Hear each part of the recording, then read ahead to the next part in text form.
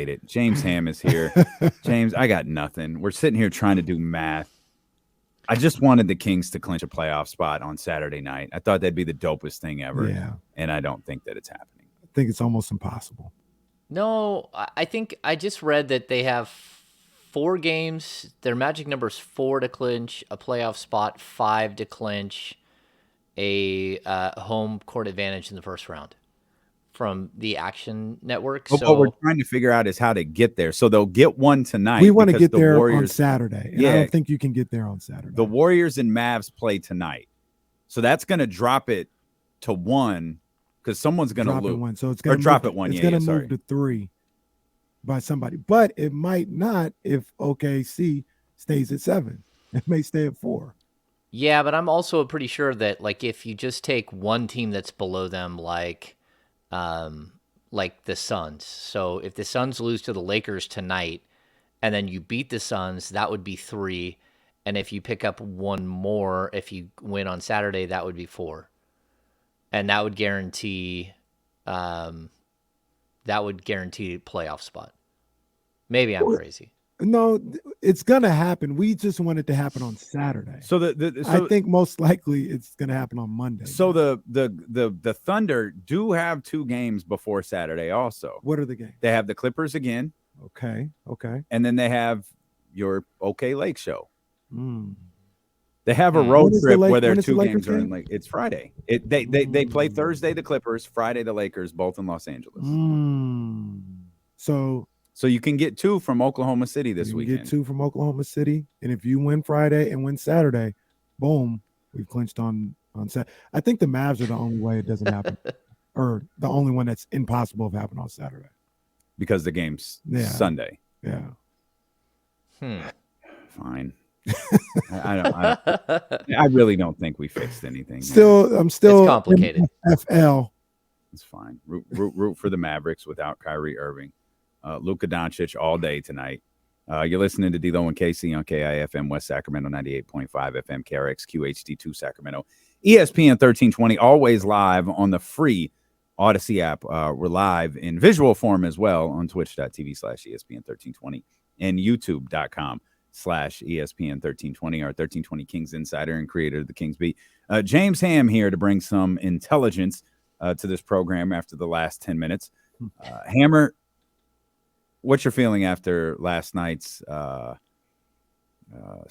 beatdown by the Celtics? That's a deep cut. Only the true hip hop heads will get that one. I'm off. I don't know. You see what happened to what's my man's name? Tanakashi. Takashi. Yeah. Oh, you see what happened to him? Yeah, he got roughed. He got roughed up in the. He was just. He got roughed up at the he wasn't gym. even Yeah. in the sauna. He got roughed up. How you feeling? What do you think after last night's game? What'd you call him, Tim Zoo? Get them Tim Zoo hits. Jesse put it in the title. We need that. We need them hits from Australia. That's funny. You know what? Like, look, I don't think last night's game should be looked at as any kind of barometer, any kind of anything, to be honest with you. The Kings played 5 games in 7 nights in 4 different time zones. They started, by playing in Sacramento, and then just like the whole thing was wild. And they're beat up. They're totally winded, and they won't look like the same team when they come out on Friday. They will be refreshed and ready to roll. And that was just like the completion of one of the most brutal stretches I've seen. Like, you circled that game last night as a scheduled loss, regardless of who this team was on day 1 of the season. It was probably the worst game of the entire season. The back end of a 4-game road trip in Utah, you finish with a game the next day against one of the best teams in the league. And so, do they have matchup problems with all of the Eastern Conference beasts? Yes, they do. I think they would have a lot of trouble with Philadelphia. They'd have a ton of trouble with the Bucks, and they would have a ton of trouble in a 7-game series against the Boston Celtics. But who cares? The only way you're going to have to play those guys in the playoffs is if you make it to the finals. When? And yeah. And if that's the case, who cares at that point? You made it to the finals. You've already celebrated everything, and it doesn't even matter anymore. You've had 8 celebrations that went crazy at that point. So for me, Like you look at the rest of their schedule, it's all the way down to the 22nd most difficult schedule in the league. They easily, I think it's like a 484 win percentage. They played 10 Western Conference opponents, which is really crazy. I think 6 of them are under 500. One is at 500 and one is one game over. So 8 of your 10 are against teams that are basically under or right around 500 or less. The only 2 really, truly crazy difficult games you have are the Suns and then the Nuggets on the last game of the season. So, like, everything's laid out here that they can go in and have a really solid finish to the season. I don't know if they're going to win 50. I don't know if they're going to win 48. I don't know what the number will be. But, like, this is a playoff team, and they're rolling. And even if you take these last 2 games and just throw them out the window, which is what I do, this team has outperformed what everyone's expectations were, and I think they'll continue to do that. Can you just mention one thing that I don't think we've truly addressed the way that we should? James Ham just talked about all these celebrations. We are going full baseball style. Like, for sure. It clinched playoff spot, champagne. Win a playoff game, champagne. Win a playoff series, champagne. Oh, it's going down baseball style. Absolutely. It's funny you say that because you just changed my shoe choices for the next couple of games. Because we should be let in to see some of that, at least a little bit. I don't think they're going to do it. They won't do it. Oh, the Kings? He will. Oh, I don't think the Kings. You think they would, James? You think if they clinch the playoff spot, they have like the little water celebration? After 16 years? Hell yeah, they are. But it's not 16 years for them. I don't think they will. I would. I don't think they will. I don't know. They clinch playoffs. I think that they're gonna go crazy. They might go for Mike. They might go for Mike. They should do it for De'Aaron. I mean, De'Aaron's a guy who's been through it. Like, that's the guy, I think that they will, and I think I'm going to wear waterproof shoes because I've done some damage to some Bruno Mollies walking through Champagne once or twice. James going to be walking around the Golden One Center with goggles on. Yeah. Oh, yeah. Oh. Ain't that what your boy had on, Bruno Mollies? Who? Your boy. Goggle James. Goggle James. There we go. He's got him ready. He's got him They just happen to be sitting here from when I wore a beanie. Bruno, is that the OJ shoe? Yeah, it's OJ shoe. Man, they're comfortable. You got some isotoners over there too. They're comfortable. No. If it does not fit, you must have quit. No, I don't have those leather gloves, those slick leather gloves that he wore. I also don't have a car that would work with slick leather gloves. No. I'm not Tesla guys like you two. He's got the spaceship. I don't know what you're talking about, James. I do, but I agree with you, James. Everyone saw your spaceship landing in the sky earlier this week. I do agree with you, James. I think there will be a celebration there. I know what you say, where there's not 16 for them, but I do believe they feel the weight of you. I don't know how you couldn't feel the weight of 16 years being here, and you get, even if you've been here 6 months, you get the monkey off your back. And I think they'll let out a big sigh, a big yelp of. But like the Jordy celebration, like that. Yeah, it'll be like that. I mean, not champagne. No, they're not going to cart champagne into the locker room. We will and put the. We will cart champagne somewhere. Put the garbage bags over the locker. Yeah. They're not. I don't think they're doing. I might bring a bottle myself. I don't know what you're talking about. They should put the bags up in the media room. Yeah. We get back there, we pop our bottles of Luke Belair. Or they just look over and James is over there with a bottle of champagne, like dousing myself. Like, what in the world just happened? Yeah. Just, I don't care what anyone else is doing. This is my celebration. And I don't care what any of you guys think. I come in wearing like a big parka, like the little thing you wear, like Splash Mountain. Like, people are like, what are you doing? Well, what do you mean? What am I doing? Oh man, I want that. I wanted to happen on Saturday, so I definitely, and I think it will. But I definitely want it to happen at home. Yeah. Even it has to be Monday. You've got to take care of business against Phoenix for that to happen, don't you? Yes. You got losses too, though. Yeah, you got losses. You need that win. All those, but not necessarily, because if, let's just say the Thunder lose, their 2 games on Thursday and Friday. Mm-hmm. Well, it goes to the magic number automatically goes to 2. And all you got to do is win Saturday and Monday, and you got it. Yeah, it's weird because different teams keep stepping up. So I just wrote a post on the Kings beat. It just went out right before I came on and kind of broke down like the tiebreaker situation. And it's really complicated. Like it's very, very complicated. They still have a 4-game lead in the loss column over Phoenix with 10 games left. And they're a division foe. So like if you lose this game on Saturday, you would lose a tiebreaker against them without any question. You'd be down 3-1. If you win, there's still questions about the tiebreaker, but that would require you to then lose 5 of your last 9 and for them to to win every game. So like if you win on on Friday, you guarantee yourself pretty much a Pacific Division title. And that's big. Like this team hasn't won a Pacific Division title since like, I don't know, 02, 03, 03, 04, whatever it is. It's been a long, long time. So that's one avenue, but you still have an opportunity to catch Memphis, but that's not going to be easy either. Again, the Kings have 10 conference games left, so judging what their conference schedule record will be at the end of the season is very difficult because they have so many games left in the Western Conference. That's not the case for Memphis. I think Memphis only has 9 games left, and like 3 of them are out of conference. And the Kings have a better conference record at this point, but who knows what it'll look like after when it comes down to it. So yeah, lots of craziness. People in the chat are asking about hanging a banner if they win the Pacific Division title, and I would hang a banner. Absolutely. First of all, you already set the precedent. You got one hanging up as it is, and just because you hang that banner doesn't mean like hang them all. Hang the Pacific Division 1, the Western Conference champions, the NBA Finals. Like Boston got 90 banners in their rafters. Like, I don't see any harm. Now, there shouldn't be a ring ceremony when you unveil the Pacific Division banner, but hell yeah, hang a banner next year. Just come to the game and the banner's up. Yeah.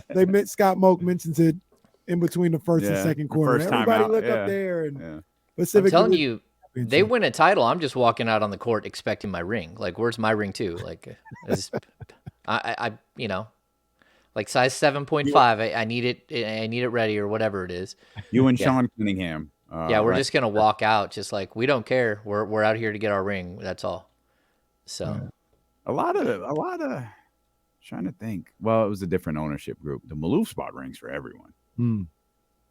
Like everybody got a ring when the Monarchs won the championship, and some people they had like scaled down versions of the ring, but a lot of like I think J. Ross, who was the radio, got like the ring, like the one like the organization got, and then some other people like I know all of the arena staff got one. They got scaled down versions of the big championship ring. I know that Daryl Arata, who used to be the Kings head of, like, he did all the game books and all the stats. He was a Kings stat guy. He left and went to the Warriors. Before he left the Kings and went to the Warriors, he was with the Bulls in their final championship run. So he has a ring from 1998 with the Bulls, and then now he has 4 with the Warriors. So he has 5 rings hiding in a safe somewhere. We're really here talking about championship rings, huh? Well, actually, we were talking about Pacific Division rings. But Pacific Division rings. Those would look like little wedding bands. Those would look like those are the Pacific the plastic joints. Yeah, those are the health trackers. They're gonna partner with Aura and just make a bunch of health trackers with a Pacific Division. It's like a promise ring. Yeah. That's funny. That's incredible. Any concerns from any like De'Aaron, a couple of slow nights the last 2 nights? Is it just fatigue? Are you lumping all of this stuff into fatigue in this brutal schedule? Yeah, I don't know so much on that. I think the last couple of games we've seen a little more selfish play, not out of De'Aaron, but out of some of the other guys, that I think just like it's fatigue. And I think they're getting away from like who they are. Plus, the opponent is throwing all of these different looks at the Kings. So the Jazz went heavy zone on Sunday. No, Monday, right? Mhm. And then last night, the Celtics switched everything. And we talked to the guys in the locker room about this. We talked to a coach about it. We talked to, Fox and Sabonis. And I think it's a really good thing that all of a sudden the kitchen sink is being thrown at the Kings. And they need this. They need to figure out how to get through a zone. And they need to figure out how to manage a team that switches everything, and because that's what you're going to face in the playoffs. And if you think the Warriors aren't going to switch everything the entire game, you're wrong. They're going to do whatever it takes, and they could do one thing one night, and then 2 nights later when you face them again, they're going to do something else.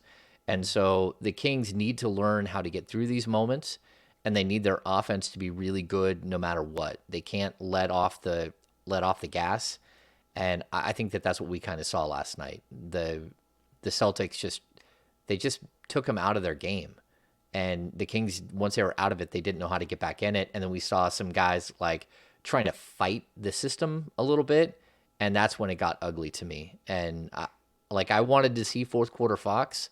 Mhm. Man, the guy's got to have the ball in his hands. He needs to not give it up. And he needs to not pass it to his buddy Malik Monk in those situations. He's the guy in the fourth quarter. He needs to take over. And that's something that I thought specifically last night that I saw, and maybe even the night before, where I thought he gave up the ball too quick and didn't just like take over like he normally does. I was noticing that they had the wings guarding Sabonis to start the game, and I was just like, hey, they want to do it that way, like, give him the rock and let him go to work on the inside. And I didn't even see the strategy aspect of it till afterwards when Sabonis talked about how having the small guy on guarding him messed up their pick and roll game. And that was a good call by who I like to call Jim Cozier, coach of the Boston Celtics. That was a great call by him. But if I'm the Kings, because I was watching the game, like, oh, they got Derek White guarding Sabonis, give him the ball. Like, tell him to get on the block and give him the ball. I guess the offense doesn't go that way, but sometimes you got to get outside the offense to punish these guys and get to what you want to get to. If they're going to have Derek White and Jason Tatum trying to guard Sabonis, give them the ball and let them punish these guys inside. I totally agree. And that's where I thought the Kings, they struggled even getting the ball to Sabonis. And then, I mean, let's be honest, the touch foul situation was just a joke. Like, the officiating last night was just horrible. And I don't want to put the loss on that, but like, Jason Tatum got fouled, like, what was it, 16 seconds into the game on something that didn't look like a foul at all. And that's what it just continued the entire time. Every time Tatum had the ball, there's a foul called. And it really became like it took you completely out of the flow of the game. There was no flow. And the Kings, they didn't have one player that was like in such bad foul trouble that they're about to go, out of the game. But like, you get to the end of the second quarter, they had been fighting the entire first half. They had 4 foul calls in 25 seconds in the half. Yeah. Like, what in the world? That was Like, crazy. what are you seeing that no one else is seeing? And then what are you missing when Sabonis once again gets hit in the head or gets jumped on by a player and you're not saying anything? I just thought it was really strange. The flops, yeah, them getting Yeah. suckered into the Marcus Smart flops it's egregious. It's embarrassing. Well, we saw it with Kelly Olynyk. Mm-hmm. Mm-hmm. Like, Kelly Olynyk is really good at that. Mm-hmm. Or I don't know if really good at that is the right phrasing, but it works for him. Yeah. And he got away with it a lot. And I don't know if Domantas Sabonis is going to have to start falling down, or if he's going to have to start flailing, or what's going to happen for that dude to get more calls, for both of those guys to get more calls. Hammer, I've been really high on the way Davion has played through this road trip. Really high on Davion, the way that he's played since the All-Star break. He was one of the very few bright spots last night, in my opinion. How are you feeling about Davion? Because you've been critical of him in the past, and in finding that role, I feel like he's settled into something, but I'm curious your thoughts on that. Yeah, I thought he was really good. I think he always comes out and plays well defensively. So, like, I don't have any problems with what he does defensively. There was like one time early in the season where, was it Kyle Lowry that just just destroyed him? But outside of that, like, I think for the most part, he's done a great job on that end of the court.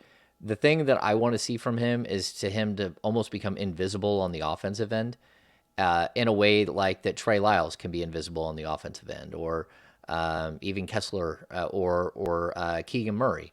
Like they do their role so well, and they just hit wide open shots, and you don't even really notice they're there the whole time. I think we've seen a lot less dribbling from him, which is good. He just for a long time early in the season looked like somebody who was not following the same game plan that the other 8 guys were doing, and now that's gone away. He's figured out how to fit in, and I've said the same thing about Chimezie Metu a couple of times, and on occasion you see Metu, like the funky stuff come out from Metu again, and you're like, what is he doing? Just play within yourself. But again, these are 2 guys that have really high defensive ratings, and 2 of the better defensive ratings on the team. I think Chimezie Metu is number 1 on the team. Davion Mitchell is really high on the team, and so look, I want him to figure out how to fit in. He doesn't have to score like he did last night. What did he end up with? 13 points, or actually at one point I looked at the stats, and when he scores 15 points or more, they're like 5-0 on the season. When he scores 13, they're like 6-1 on the season coming into last night. So when he does give you that, it adds that little bit of playmaking and scoring that can help you, especially if you're having an off shooting night from a guy like Malik Monk. Or a guy like Fox, like if you can go and kind of balance it out a different way, that's good. And I thought it was good to see a lot of Davion and De'Aaron together. We haven't seen a lot of that this season. And I thought that they had moments where they looked solid together. Anything you heard yesterday about Kevin Huerter and when he might come back? Yeah, I mean, I asked Mike Brown about it, and he said they're going to reevaluate him after practice tomorrow. Of course, the team took today off. They're running out of days that they can actually practice. They're like, I didn't know that there was a maximum amount of days that they had to have every season off. But I don't know how the Kings could possibly get to like 18 days off during the season. It just doesn't feel like they've had that many days off. You just look at the back-to-backs, and I know that they're not going to practice the day after a back-to-back. But so they have today off. They're going to practice again tomorrow, and they're going to test him and see how he looks. He seems like he's really close. We didn't see him last night, like in the locker room. He wasn't in the locker room or in pre or post game. But we kind of heard that he was shooting around on Monday, and that he's actually looking really good. So they're being cautious. It's not just an 82 game schedule we're looking at now. It's at least 100, and even if you got swept, it'd be an 86 game schedule. So there's more games to come, and you want to make sure he's 100%. But I also think that really hurt the Kings the last 2 games, not having him and that option to put him at the 2, unless you have like those moments where Malik or Terrence Davis are just so good that you can't take him off the court. I thought they really could have used Kevin's like steady hand that he's been this season. I'm going to steal your question here for James since he just mentioned it. Sounds good. Would you start Terrence Davis Friday, assuming, this assumption, of course, that Kevin Huerter can't play or doesn't play on Friday? Would you start Terrence Davis instead of Kessler Edwards? No, because I just think the matchup, you're using Kessler in order to have like the ultimate switchability, and to have him to go out there and defend, Devin Booker. Like, I think that that's the right move. Devin Booker's a big shooting guard, 6'5", 6'6". He knows how to draw fouls. And I think Kessler is a guy that's proven that he's a really, really solid defender. Even some of the moments last night, I thought he was really good. It wasn't all the time, and he got in foul trouble and stuff like that. But like against Booker, I want to see it. And I really do think that there's going to be a way for him to solidify himself as part of the rotation here in the next couple of games, or not. Like whether he's going to be part of the playoff rotation, we don't know yet. But he's getting closer to that where you think that he is, and he just brings something different that the rest of the guys don't bring. And it's not anything that I think Terrence Davis has done wrong, but even last night you barely noticed Terrence Davis, but he had 4 makes from 3. Mhm. Like he was actually solid from a shooting aspect. But the defensive side, there's not even a comparison between the two players, in my opinion. Kessler is a much better defender. I think he is too, but I also feel like you can see the difference in that offense without Kevin Huerter, first of all. But Yeah. then also somebody like Kevin Huerter, right? Like TD's not Kevin Huerter, but Kessler Walker. The separation between Kessler Walker, Kessler Edwards, the separation between Kessler Edwards and Terrence Davis on the defensive side is the same difference between Terrence Davis and Edwards on the offensive side. And I thought at times the offense looked a little clunky because they didn't have that dribble handoff component with Kevin Huerter. I thought they did it a lot more with Keegan Murray. And that's a little different because Keegan Murray's not going to get to the mid range the way Kevin Huerter does. So I felt at times it could be a little easier to defend in that situation. I would start TD because I think Edwards, while I love what he brings to the table, and just because you start TD doesn't mean Kessler can't come in 3-4 minutes into the game if need be.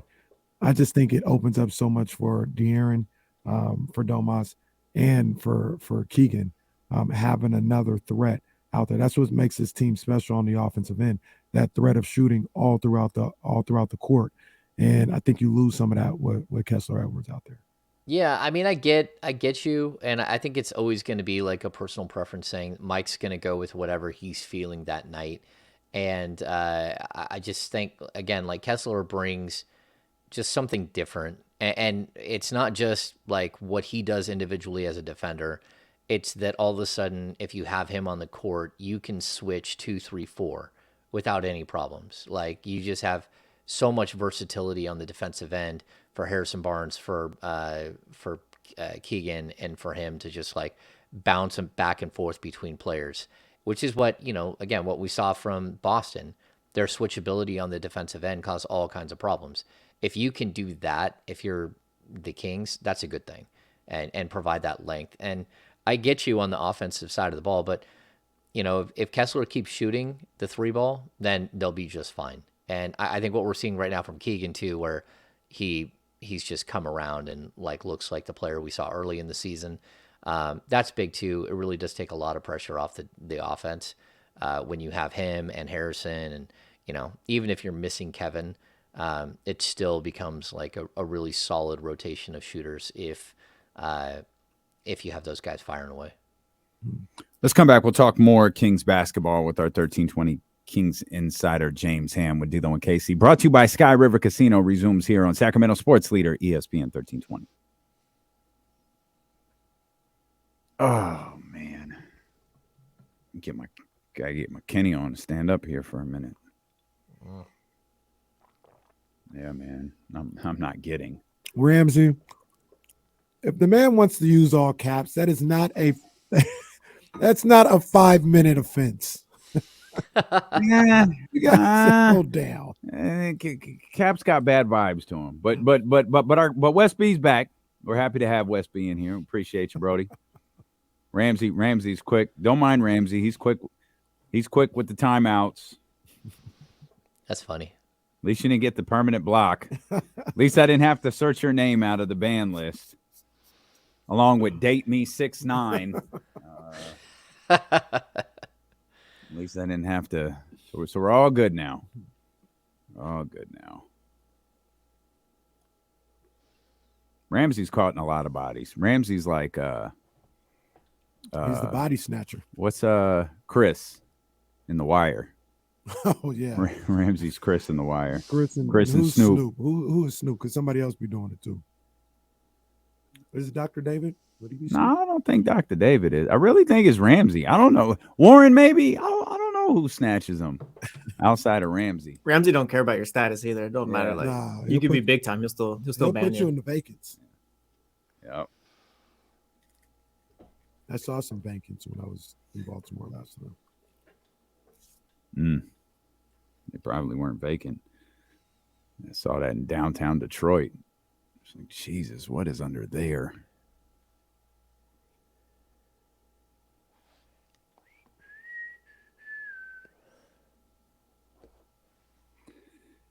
Oh man, what are you doing tonight, James? Taking the Mrs. Ham attorney at law out? Yeah, I think we're gonna go get dinner. We got a podcast. We're gonna podcast right after this. So Live? I'll be sitting here. I don't think we're gonna do live. I haven't promoted it to go live. We might. You never know. The live show's been great though. Yeah, they have. So, yeah, we're getting tons of engagement. So And tomorrow's a off the record, right?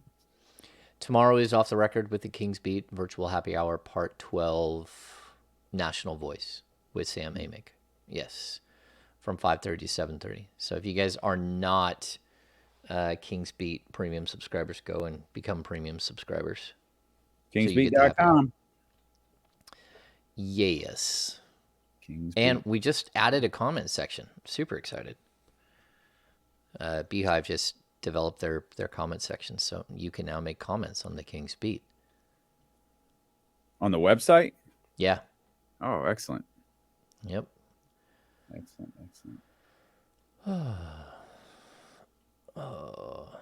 When does the tournament start up again? Tomorrow? Tomorrow. Man, I miss it. Wait, am I with one of you guys on Friday? Yes. Kenny. With your Okay. boy. I forgot about that. It like popped into my head. It's a Friday fun day, James. Friday fun day. Yeah, I might need to go to shoot around and then race back, so I might be a couple of minutes late. Yeah, don't trip.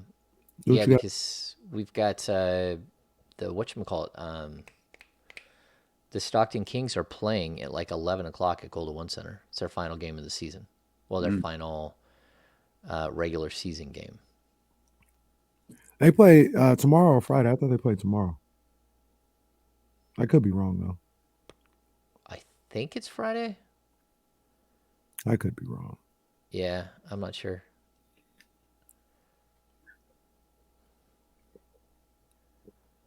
I've been hanging out with Ricardo Breis from Portugal the last couple of days. Nice. The journalist from Portugal. Yeah. Yeah, he came out to hang out with Nimi and catch some games. It's crazy. He's still here. He'll be back for the game Friday morning, but he'll be gone after that. Yeah, he was at the game last night. We hung out and went out to lunch beforehand.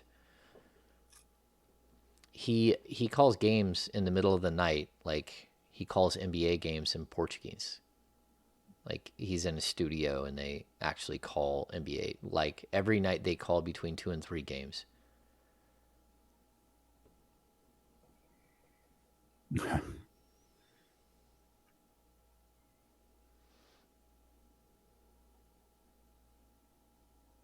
Yeah, there it is. Friday, 11 a.m. Dual day at Golden One Center.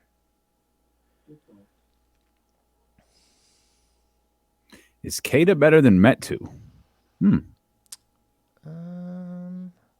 I mean, do I think long term? I would think so, but I'm not sure. Like, we got to see if he gets that opportunity. He's got to earn the. He's got some question marks about how hard he plays every single night that he's got to answer. Keita does? Yeah. Yeah. You know, how angry does he get? He doesn't get angry enough some games. In other games, you're just like, holy cow, he's unstoppable. All right, we're coming back. Hang on. Hey.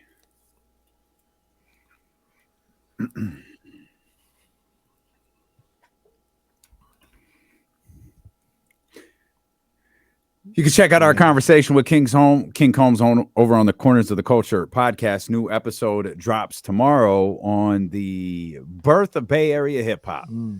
Some good conversations in there with D-Lo Casey and the dope ones. Hey, real quick, Yeah. I have to say this. Okay. I have to say this. Okay. All right. Just came across a tweet. Okay. Jamel Charlo on Tim Zoo. He's a solid fighter. Nothing I've never seen before. I gotta say it. You know how much content we just got from that? I have to say it. Clip it and put it on social media, man. They'll be all about it. Apparently, James, I learned this going through our YouTube statistics. apparently this Tim Tszyu individual is an Australian fighter. The response to Tim Tszyu content is similar to your content in Portugal, where you post something on the Miasqueda and all of Portugal goes nuts for it. Yeah. Well, Kenny's over in Australia. Over. He's big in Australia because of one singular video we posted last and week. I talked about him in a positive light. So a couple of the comments were, I rarely see the Americans talk about Tim Tszyu this nicely. I'm cutting that and turning it into an Instagram reel. That's amazing. We are going to milk that for as much as we can. By the way, this has to be a record. This is our 1320 Kings insider. James Ham is here with us on D-Lo and KC, brought to you by Sky River Casino. Got to be a record. 3 hours and 36 minutes into the show. And I believe, I'm sure Ramsey will correct me if I'm wrong, the first time we're mentioning the fact that Domantas Sabonis had another triple-double last night. Damn. Yeah. Well, that's wild. Yeah. I don't, because the truth be told, Hammer, we didn't really talk about the game. We didn't break down. Kings got their ass kicked last night. What more do you want me to say? Like, they got beat by a team that's a legitimate championship contender. Not going to overreact to it. Not going to be overly frustrated by it. It stinks that they lost 2 in a row. You want them to get back on track Friday for sure. I didn't know what there was to break down. We talked a little bit about Terrence Davis, talked about Davion, Kessler Edwards, and even mentioned, De'Aaron having another night in the teens, but didn't mention one time that Domantas Sabonis had 16 on 7 of 12, by the way, had 16, 13, and 12 last night. Yeah, he's a walking triple-double. I mean, it's just absolutely amazing to see what he does. I mean, he missed a triple-double the game before by, wasn't it by? One assist. Yeah. Or was it the game before that where he had 30, 12, and 9? I feel like you could probably point to any game this season, and that would be the case. Domas versus Utah. Yeah, it was 1 assist. He had 11, 12, and 9. Okay. And then the game before that? The Wizards, he had 30, 39, and 10. Oh. Yeah. So he missed the triple-double by an assist versus the Jazz and missed the triple-double by a rebound versus the Wizards, and had 24 and 21 the night before that against Brooklyn, or 2 days before that against Brooklyn. Yeah, it's just absolutely remarkable what he's doing. He never stops, and he's been getting beat on all season long, and he just keeps coming back for more. And watching him, again, I've talked about this so many times that, watching DeMarcus Cousins on a nightly basis, there are all kinds of things he did to frustrate you, and the crazy looks and the things he would do in the locker room or with media members or any of the other stuff, right? Or the officials. But just to watch him take off down the court, make a spin move, dribble between his legs, contort his body as he went through 3 players and finish at the rim. We'd never seen a player that big do anything that he could do. He was Derek Coleman's size, and Derek Coleman was great, but all he could do is really shoot and rebound. He score in the post, right? But he didn't put the ball on the floor. And what we saw from Cousins was amazing. And now we get to see another player who just every single night does something that you're just sitting there, I can't believe how good he is on a nightly basis. He's like the quintessential lunch pail guy, the guy who just shows up every day, blue collar, and pounds on people and gets hit in the head and scores and rebounds and sets up his teammates. And the only reason he doesn't have probably 10 more triple doubles is because he didn't know that he was just about to get a triple double and didn't try to go get the stat. And if he did, he would be really close to where Jokic is in triple doubles on the season. He doesn't pay attention to it. There isn't an internal clock in his head that says I have 9 assists, I need 1 more. He just doesn't have it. And so for me, it's a joy to watch him play each and every night. Yeah, he's incredible. He really is. And the thing that I like about him as well, aside from his gameplay and everything, I don't know if Ham was here when we were talking about it, but he's got this edge to him that I've been calling for this franchise for a long time, where he don't play around. He does not play around, right? they had the clip of when he got fouled on Saturday in Washington, and Terrence Davis came by and was trying to do like the fake CPR. Sabonis slaps his hand out the way. Get the hell out of my way. Like, he's not messing around. We've seen on numerous occasions, and I love it, somebody not doing what they're supposed to do offensively, defensively, whatever the case may be. He will tell them right there on the court or going into the timeout, like, do this. You have to do this. He doesn't mince words. I love it. I think it's perfect for what this franchise needs, but he's not like super over the top. So if you're not like watching him, you don't know that he does these things because he's not like, it's not fake hustle. You know, it's real. Yeah. Like, he only brings it out when it's extremely necessary, but he'll bring it out. Well, and he's not a fake stat guy. Like, you know, we hear these conversations about, oh, he's a fake stat guy and all that stuff about Jokic, which I don't prescribe to at all. I think Jokic is incredible. But I'll tell you, like this season, I'm looking at the stats. There are 3 games this season where he finished with 9 rebounds and would have had a triple-double. And there are 4 games where he finished with 9 assists, where he would have had a triple-double if he would have got one more. Man. But if we drop it to 8, there's 13 games where he finished with 8 or 9 assists that could have been triple-doubles.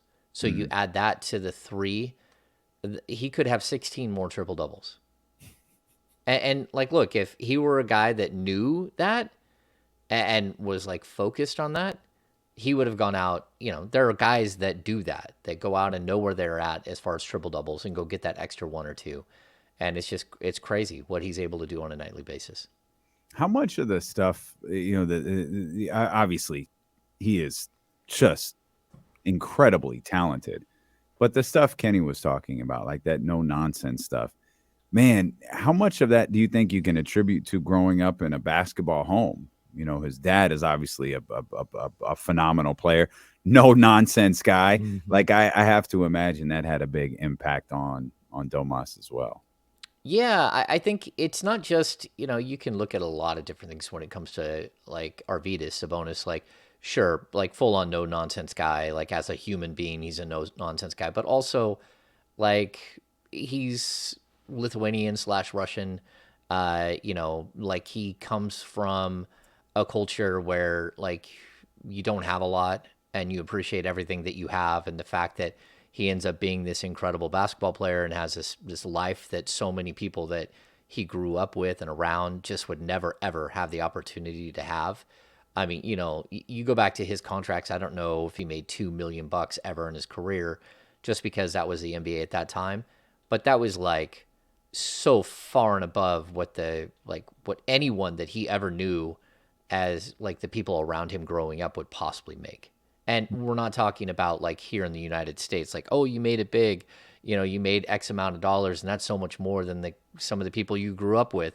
And we're not talking about 10 times. We're talking about 100 times, 300 times, that type of difference. And so, yeah, I mean, he's just a different dude. And I think growing up with that as you know, a guy that is going to teach you and, you know, work with you and hold you accountable, but also has that like really like stern sort of like I don't know, persona that he even with his kids he's gonna have.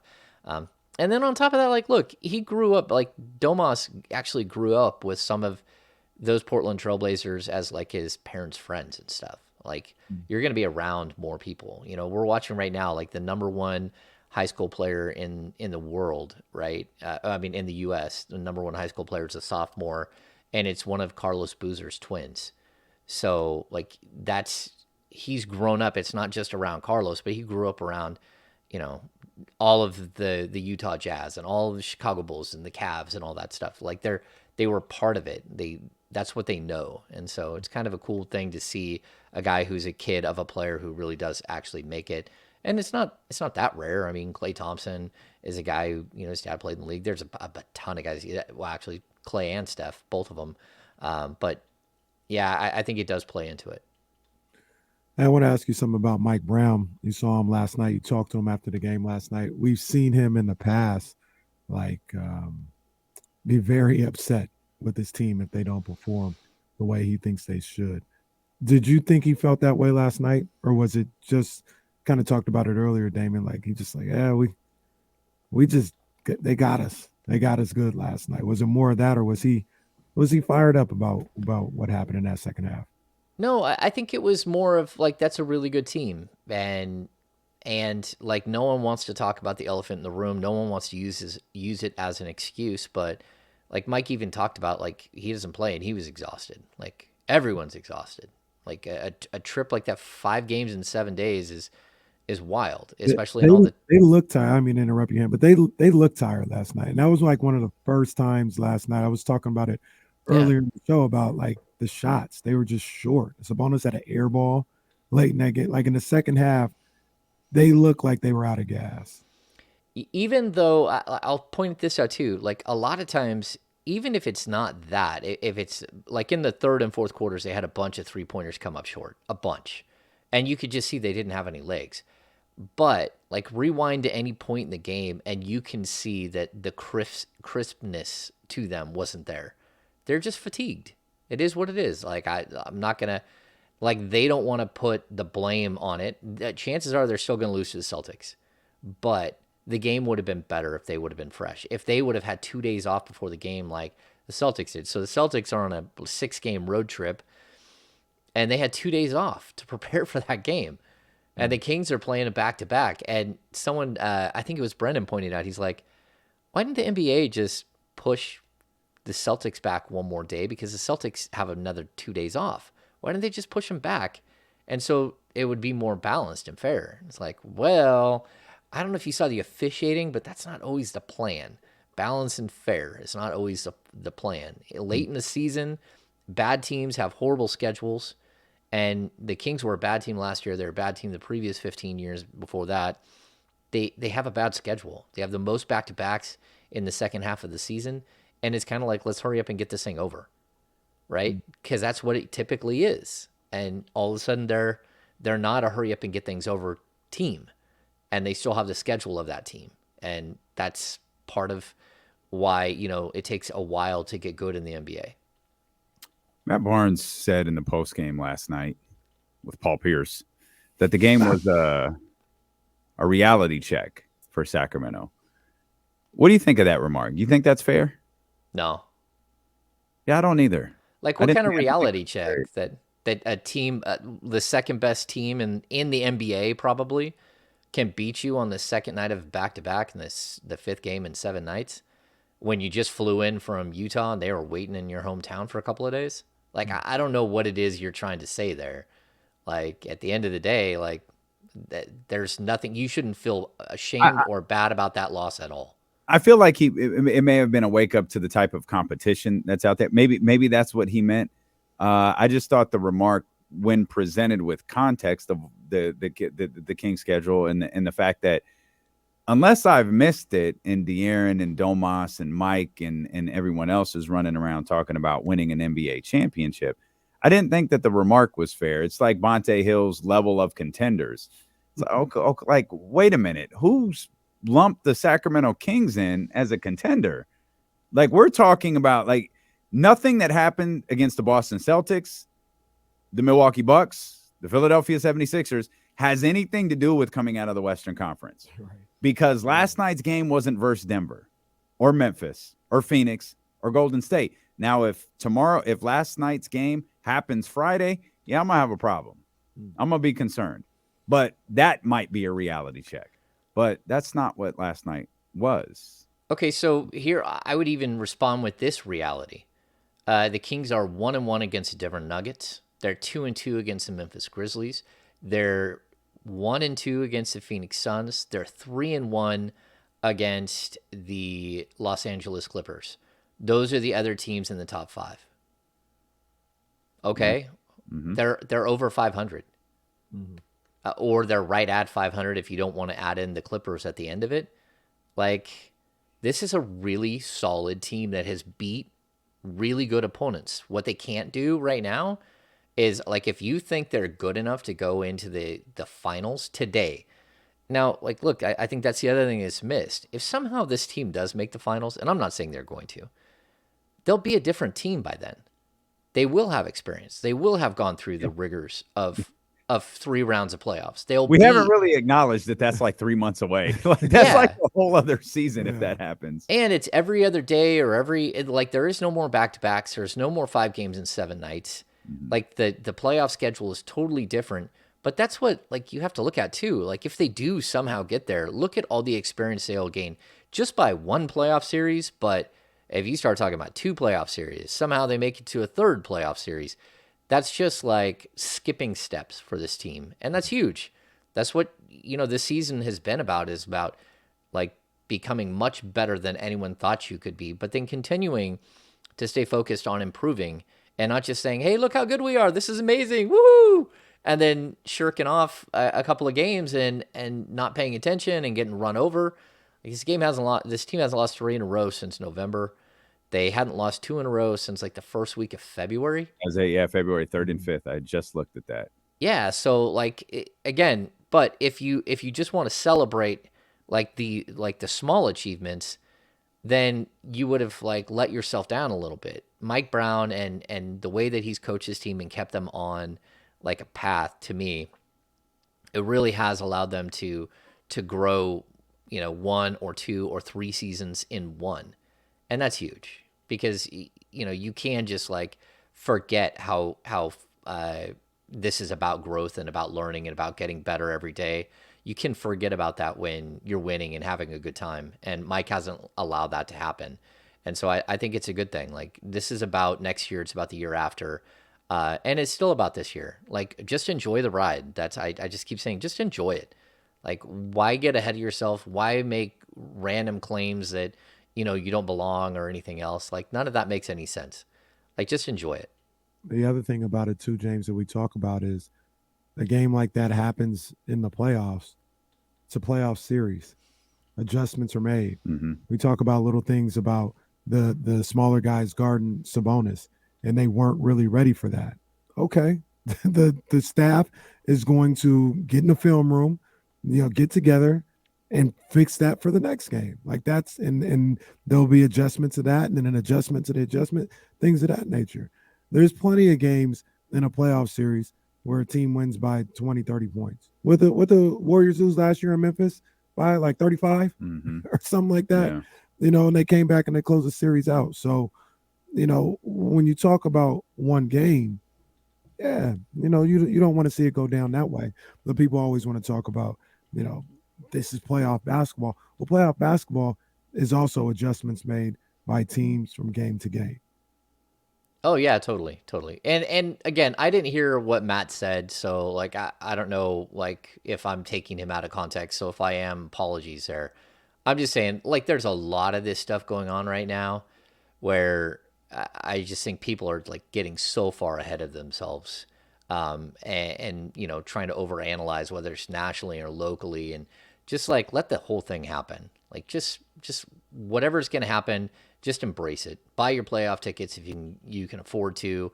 I don't know if you can in the second round because it is going to be expensive.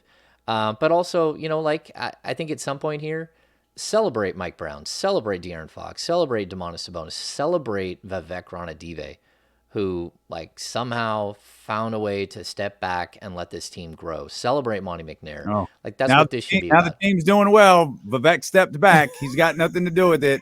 My goodness. We are going to drill this narrative forever. Kings didn't get good till Vivek stepped back. All I heard was how Vivek wanted Keegan Murray and everyone else wanted Jaden Ivey. Boy, Ham, I tell you. He's he's on the phone every single day with Monty McNair. Every day. So, like, he's still there, but he allowed decisions to be made that maybe weren't his. And that's big. So, good for him. Go to thekingsbeat.com. Become a premium subscriber. Over there, the Off the Record Happy Hour is tomorrow with Sam Amick. That's the closest you'll get to Sam Amick talking to an ESPN 1320 employee. So you got to become the only way you get that, though, is on thekingsbeat.com. You got to become a premium subscriber. You don't want to miss out on these happy hours. You get great stories. They're absolutely phenomenal.